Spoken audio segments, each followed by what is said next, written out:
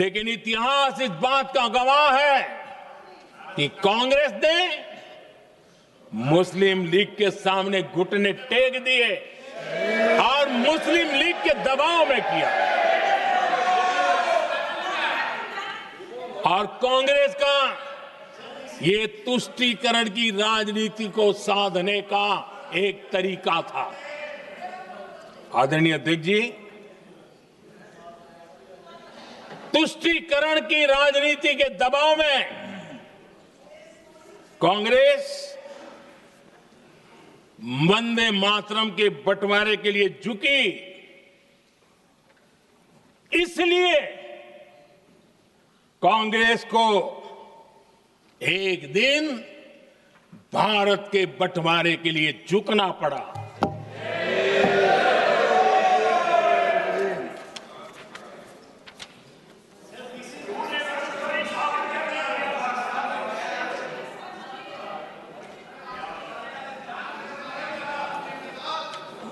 मुझे लगता है कांग्रेस ने आउटसोर्स कर दिया है।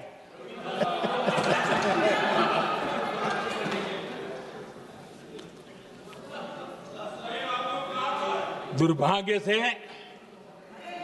कांग्रेस की नीतियां वैसी की वैसी थी है, और इतना ही नहीं, आईएनसी चलते चलते एमएमसी हो गया है।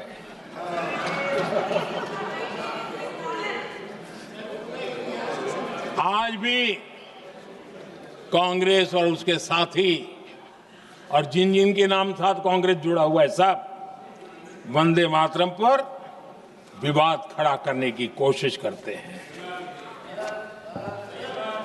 आदरणीय अध्यक्ष महोदय, किसी भी राष्ट्र का चरित्र, उसकी जीवटता, उसके अच्छे कालखंड से ज्यादा जब चुनौतियों का कालखंड होता है, जब संकटों का कालखंड होता है, तब प्रकट होती है, उजागर होती है और सच्चे अर्थ में कसौटी से कसी जाती है। जब कसौटी का काल आता है, तब ही ये सिद्ध होता है कि हम कितने दृढ़ हैं, कितने सशक्त हैं, कितने सामर्थ्यवान हैं। 1947 में देश आजाद होने के बाद देश की चुनौतियां बदली, देश की प्राथमिकताएं बदली, लेकिन देश का चरित्र, देश की जीवटता वही रही, वही प्रेरणा मिलती रही। भारत पर जब जब संकट आए, देश हर बार वंदे मातरम की भावना के साथ आगे बढ़ा।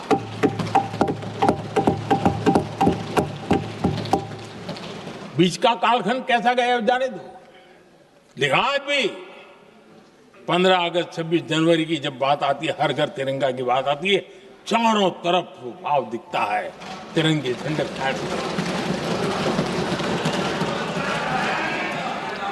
एक जमाना था जब देश पर खाद्य का संकट आया, वही वंदे मातरम का भाव था। मेरे देश के किसानों ने अंदर के भंडार भर दिए और इसके पीछे भाव वही है, वंदे मातरम। जब देश की आजादी को कुचलने की कोशिश हुई, संविधान के पीठ पे छुरा भोंक दिया गया, आपातकाल थोप दिया गया, यही वंदे मातरम की ताकत थी कि देश खड़ा हुआ और परास्त करके रहा। और जब हम वंदे मातरम का नाम लेते हैं तो वही भावना हमारे दिल में उजागर होती है। जब हम वंदे मातरम का नाम लेते हैं तो हमें उस पूरे इतिहास की याद आती है जो स्वतंत्रता संग्राम का इतिहास था, उसकी पीड़ा, उसका संघर्ष, उसका साहस, उसकी नैतिकता, उसका जो बल था कि ब्रिटिश साम्राज्य उसके सामने झुका। अध्यक्ष महोदय, वंदे मातरम उस आधुनिक राष्ट्रवाद की अभिव्यक्ति है जिसने भारत के लोगों को एक राजनीतिक और नैतिक आकांक्षा से जोड़ा, जिसने भारत के लोगों को एक साझा नियति के उत्तराधिकारी, एक साझा भविष्य के निर्माता के रूप में देखा। लेकिन आज की ये बहस मुझे कुछ अजीब सी लग रही है। जैसे मैंने कहा, ये गीत देश की आत्मा का हिस्सा बन चुका है। 150 सालों से देशवासियों के दिलों में ये गीत बस चुका है। 75 सालों से हमारा देश आजाद है, तो फिर आज इस बहस की क्या आवश्यकता है?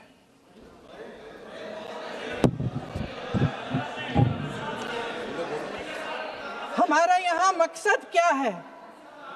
जनता से हमें दिया गया दायित्व, जनता का विश्वास, उनके प्रति हमारी जिम्मेदारी, हम किस तरह से इसका इस्तेमाल कर रहे हैं, हमें ये सोचना चाहिए। क्योंकि अब इस मोड़ पर हम इस सदन में अपने राष्ट्रगीत पर भी बहस करेंगे। आपने बहस मांगी है, आपने बहस मांगी है। आप तो इलेक्टोरल रिफॉर्म्स की बहस नहीं मांग रहे थे कि जब तक हम इस पर बहस नहीं करेंगे तब तक उस पर बहस नहीं होगी। इसकी वजह क्या है? इसकी वजह क्या है? हम आज यहाँ ये बहस क्यों कर रहे हैं? हमारा राष्ट्रगीत है, इस पर क्या बहस हो सकती है? हम ये बहस यहाँ आज 2 वजहों से कर रहे हैं। पहला कि बंगाल का चुनाव आ रहा है, हमारे प्रधानमंत्री अपनी भूमिका निभाना चाहते हैं उसमें। और दूसरी वजह ये है, ये मकसद है, पुरानी मकसद इनकी, अध्यक्ष महोदय, कि जिन्होंने स्वतंत्रता की लड़ाई लड़ी, जिन्होंने देश के लिए बड़ी बड़ी कुर्बानियां दी, उन पर सरकार नए आरोप लादने का मौका चाहती है। देश का ध्यान फिर से जनता के ज्वलंत मुद्दों से भटकाना चाहती है। यही एक मकसद है आपका। आपका मकसद है कि हम फिर से उसी अतीत में मंडराते रहें, उसी की तरफ हम देखते रहें जो हो चुका है, जो बीत चुका है, क्योंकि ये सरकार वर्तमान और भविष्य की ओर देखना ही नहीं चाहती। वे इस काबिल ही नहीं रही। सच्चाई ये है अध्यक्ष महोदय कि आज मोदी जी वह प्रधानमंत्री नहीं रहे जो एक समय में थे।